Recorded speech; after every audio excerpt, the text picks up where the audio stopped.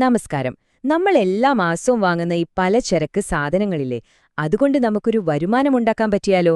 കേൾക്കുമ്പോഴൊരു കൗതുകം തോന്നുന്നുണ്ടല്ലേ? അപ്പോൾ ഇന്ന് നമ്മൾ നോക്കാൻ പോകുന്നത് അതുപോലൊരു ആശയമാണ്, ലിസ ആപ്പ്. ജസ്റ്റ് ഒന്ന് ആലോചിച്ചു നോക്കൂ, നിങ്ങളുടെ പ്രതിമാസ ഷോപ്പിംഗ് ബില്ലുകൾ അതങ്ങോട്ടൊരു പെൻഷൻ ഫണ്ടായി മാറിയാലോ? ശരിക്കും വിശ്വസിക്കാൻ കുറച്ചു പാടാണല്ലേ? പക്ഷേ ഇതാണ് ലിസ ആപ്പ് മുന്നോട്ട് വയ്ക്കുന്ന ആ ഒരു വാഗ്ദാനം. 40,000 രൂപ, അതും പ്രതിമാസം. ഇതാണ് ലിസ ആപ്പ് വാഗ്ദാനം ചെയ്യുന്ന ഏറ്റവും ഉയർന്ന വരുമാനമായി പറയുന്നത്. വെറുതെ പലചരക്ക് സാധനങ്ങൾ വാങ്ങുന്നതിലൂടെ എങ്ങനെ ഇത്രയും വലിയൊരു സംഖ്യയിലേക്കെത്താൻ കഴിയും? നല്ല ചോദ്യമാണല്ലേ? വാ, നമുക്ക് വിശദമായിട്ടൊന്ന് നോക്കാം. ഓക്കെ, ഈ ആശയം വ്യക്തമായി മനസ്സിലാക്കാൻ നമ്മളൊരു 5 ഘട്ടങ്ങളിലൂടെയാണ് കടന്നുപോകാൻ പോകുന്നത്. ലിസ ആപ്പിന്റെ ആ വലിയ വാഗ്ദാനത്തിൽ തുടങ്ങി അതെങ്ങനെ ഒരു കമ്മ്യൂണിറ്റി ബിസിനസ്സായി മാറുന്നുവെന്നതുവരെ. അപ്പോൾ ആദ്യം തന്നെ ലിസ ആപ്പിന്റെ പ്രധാന വാഗ്ദാനം എന്താണെന്ന് നോക്കാം. നിങ്ങളുടെ ഷോപ്പിംഗ് ഒരു പെൻഷനാക്കി മാറ്റുക. കേൾക്കാൻ നല്ല രസമുണ്ട്, പക്ഷെ ഇതെങ്ങനെയാണ് പ്രവർത്തിക്കുന്നത്? ആശയം വളരെ ലളിതമാണ്. നമ്മൾ ദിവസവും വാങ്ങുന്ന മുളകുപൊടി, മല്ലിപ്പൊടി പോലെയുള്ള സാധനങ്ങൾ, അതിൽ നിന്ന് ഒരു സ്ഥിര വരുമാനം, അതായത് ഒരു പെൻഷൻ പോലെ. ഇതാണ് ലിസ ആപ്പ് എന്ന ആശയത്തിന്റെ കാതൽ. അപ്പോൾ ഈ വരുമാനം നേടാനുള്ള യാത്ര എവിടെ നിന്നാണ് തുടങ്ങേണ്ടത്? ഒരു പുതിയ ഉപയോക്താവ് എന്ന നിലയിൽ നിങ്ങളുടെ ആദ്യ പടികൾ എന്തൊക്കെയാണെന്ന് നോക്കാം. തുടങ്ങാൻ വളരെ എളുപ്പമാണ്. നിങ്ങൾ ചെയ്യേണ്ടത് 3 കാര്യങ്ങൾ മാത്രം. ആപ്പ് ഇൻസ്റ്റാൾ ചെയ്യുക, ഒരു ലിസ ബാഗ് ബുക്ക് ചെയ്യുക, അതിനുശേഷം വാട്സാപ്പിൽ വരുന്ന നിങ്ങളുടെ യുണീക്ക് നമ്പർ സ്വന്തമാക്കുക. എന്താണ് ഈ ലിസ ബാഗ്? ഇത് ഉപയോക്താക്കൾക്ക് നൽകുന്ന ഒരു തുണിസഞ്ചിയാണ്. പ്ലാസ്റ്റിക്കിന് എതിരെയുള്ള ഒരു സന്ദേശം പ്രചരിപ്പിക്കുക എന്നതാണ് ഇതിന്റെ പ്രധാന ലക്ഷ്യമെന്ന് അവർ പറയുന്നു. ഈ യുണീക്ക് നമ്പർ എന്ന് പറഞ്ഞാൽ വെറുമൊരു സംഖ്യ മാത്രമല്ല കേട്ടോ. ഇതാണ് ഈ സിസ്റ്റത്തിലേക്കുള്ള നിങ്ങളുടെ താക്കോൽ. നിങ്ങൾ വാങ്ങുന്ന ഓരോ സാധനവും, അതിൽ നിന്ന് വരുന്ന ലാഭവും, എന്തിന് നിങ്ങൾക്ക് കിട്ടാൻ സാധ്യതയുള്ള സമ്മാനങ്ങൾ വരെ എല്ലാം ട്രാക്ക് ചെയ്യുന്നത് ഈ ഒരു നമ്പർ ഉപയോഗിച്ചാണ്. ഇനി നമുക്ക് ഈ യാത്രയിലെ ഏറ്റവും നിർണായകമായ ഘട്ടത്തിലേക്ക് കടക്കാം. അതായത് പോയിന്റുകൾ ശേഖരിക്കുന്നത്. വരുമാനം നേടുന്നതിനുള്ള പ്രധാന താക്കോല് എവിടെയാണ്? പോയിന്റുകൾ നേടാൻ പല വഴികളുണ്ട്. ആപ്പ് ഇൻസ്റ്റാൾ ചെയ്യുമ്പോൾ കുറച്ച് പോയിന്റ്സ് കിട്ടും, പിന്നെ സാധനങ്ങൾ വാങ്ങുമ്പോഴും. പക്ഷേ ഈ യാത്രയുടെ വേഗത കൂട്ടാൻ ഒരു വഴിയുണ്ട്. നിങ്ങൾ പരിചയപ്പെടുത്തുന്ന ആളുകൾ സാധനങ്ങൾ വാങ്ങുമ്പോഴും നിങ്ങൾക്ക് പോയിന്റുകൾ ലഭിക്കും. ഇവിടെ വളരെ പ്രധാനപ്പെട്ട ഒരു കാര്യമുണ്ട്.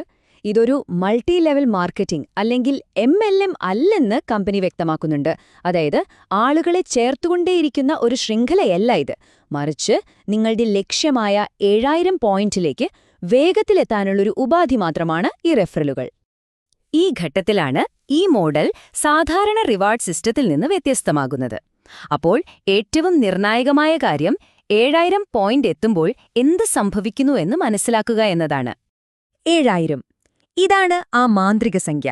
ഈയൊരു പോയിന്റ് നിങ്ങൾ കടക്കുമ്പോഴാണ് കളി മാറുന്നത്. നിങ്ങൾ അതുവരെയുണ്ടായിരുന്ന വെറുമൊരു ഉപയോക്താവെന്ന നിലയിൽ നിന്ന് മാറുന്നു. 7000 പോയിന്റ് നേടിക്കഴിഞ്ഞാൽ ആപ്പ് നിങ്ങളെ ഒരു നിക്ഷേപകൻ അഥവാ ഇൻവെസ്റ്ററായിട്ടാണ് കണക്കാക്കുക. അതുവരെ നിങ്ങൾ ശേഖരിച്ച പോയിന്റുകൾ വെറും അക്കങ്ങളായിരിക്കില്ല, അതൊരു നിക്ഷേപ മൂലധനമായി മാറും. ഇതാണ് അവരുടെ സാമ്പത്തിക മാതൃകയുടെ ഒരു രത്നച്ചുരുക്കം. നിങ്ങളുടെ പോയിന്റുകൾ യഥാർത്ഥ മൂലധനമാകുന്നു. ആ പണം അവർ ബിസിനസ്സുകളിൽ നിക്ഷേപിക്കുന്നു. അതിൽ നിന്നുള്ള ലാഭത്തിന്റെ ഒരു പങ്ക് നിങ്ങൾക്കും ലഭിക്കുന്നു. ഇതാണ് ആ പെൻഷൻ എന്ന ആശയത്തിന്റെ അടിസ്ഥാനം. അപ്പോൾ ഈ പണം എവിടെയാണ് നിക്ഷേപിക്കുന്നത്? അവർക്ക് 2 പ്രധാന വഴികളാണുള്ളത്. ഒന്ന്, വിദഗ്ധരുടെ സഹായത്തോടെ പുറത്തുള്ള ലാഭകരമായ ബിസിനസ്സുകളിൽ. 2, ഈ കമ്മ്യൂണിറ്റിക്ക് അകത്ത് തന്നെയുള്ള സംരംഭങ്ങളിൽ. ഗുണമേന്മയുള്ള, വിപണിയിൽ നല്ല ഡിമാൻഡുള്ള ഉൽപ്പന്നങ്ങളിലാണ് അവർ ശ്രദ്ധ കേന്ദ്രീകരിക്കുന്നത്.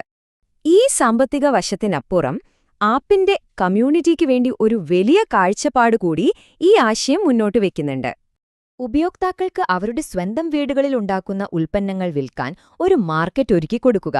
അതുവഴി അവരെ സംരംഭകരാക്കി മാറ്റാനും ഈ ആപ്പ് ലക്ഷ്യമിടുന്നു. പ്രിസർവേറ്റീവുകൾ ചേർക്കാത്ത നല്ല ഉൽപ്പന്നങ്ങൾ നിങ്ങളിലെത്തിക്കുക എന്നതാണ് ലക്ഷ്യം. ഈ ഒരു ഉദ്ധരണിയിൽ നിന്ന് തന്നെ വ്യക്തമാണ് ഉൽപ്പന്നങ്ങളുടെ ഗുണമേന്മയ്ക്കും വീട്ടിലുണ്ടാക്കുന്ന സാധനങ്ങളെ പ്രോത്സാഹിപ്പിക്കുന്നതിനും അവർ എത്രത്തോളം പ്രാധാന്യം നൽകുന്നുവെന്ന്. അപ്പോൾ നമുക്ക് ഈ മുഴുവൻ പ്രക്രിയയും ഒന്നുകൂടി ചുരുക്കി നോക്കാം. നിങ്ങൾ ഷോപ്പിംഗിലൂടെ പോയിന്റുകൾ നേടുന്നു. 7000 പോയിന്റിലെത്തുമ്പോൾ ഒരു നിക്ഷേപകനായി മാറുന്നു. ആ നിക്ഷേപത്തിൽ നിന്നുള്ള ലാഭം നിങ്ങൾക്ക് പെൻഷൻ പോലെ ലഭിക്കുന്നു. അതോടൊപ്പം നിങ്ങളുടെ സ്വന്തം ഉൽപ്പന്നങ്ങൾ വിൽക്കാനും ഒരു സംരംഭക സമൂഹത്തിന്റെ ഭാഗമാകാനും അവസരം കിട്ടുന്നു. അപ്പോൾ അവസാനത്തെ ചോദ്യം ഇതാണ്: സാധാരണ ലോയൽറ്റി പ്രോഗ്രാമുകളുടെ ഒരു പുതിയ രൂപമാണോ നമ്മൾ ഈ കാണുന്നത്, അതോ സാധാരണക്കാരെ കൂടി ഉൾപ്പെടുത്തിക്കൊണ്ടുള്ള ഒരു പുതിയ നിക്ഷേപ മാതൃകയുടെ തുടക്കമാണോ? ഇതിനുള്ള ഉത്തരം ഒരുപക്ഷെ കാലം തെളിയിക്കുമായിരിക്കും. നിങ്ങൾക്കെന്താണ് തോന്നുന്നത്?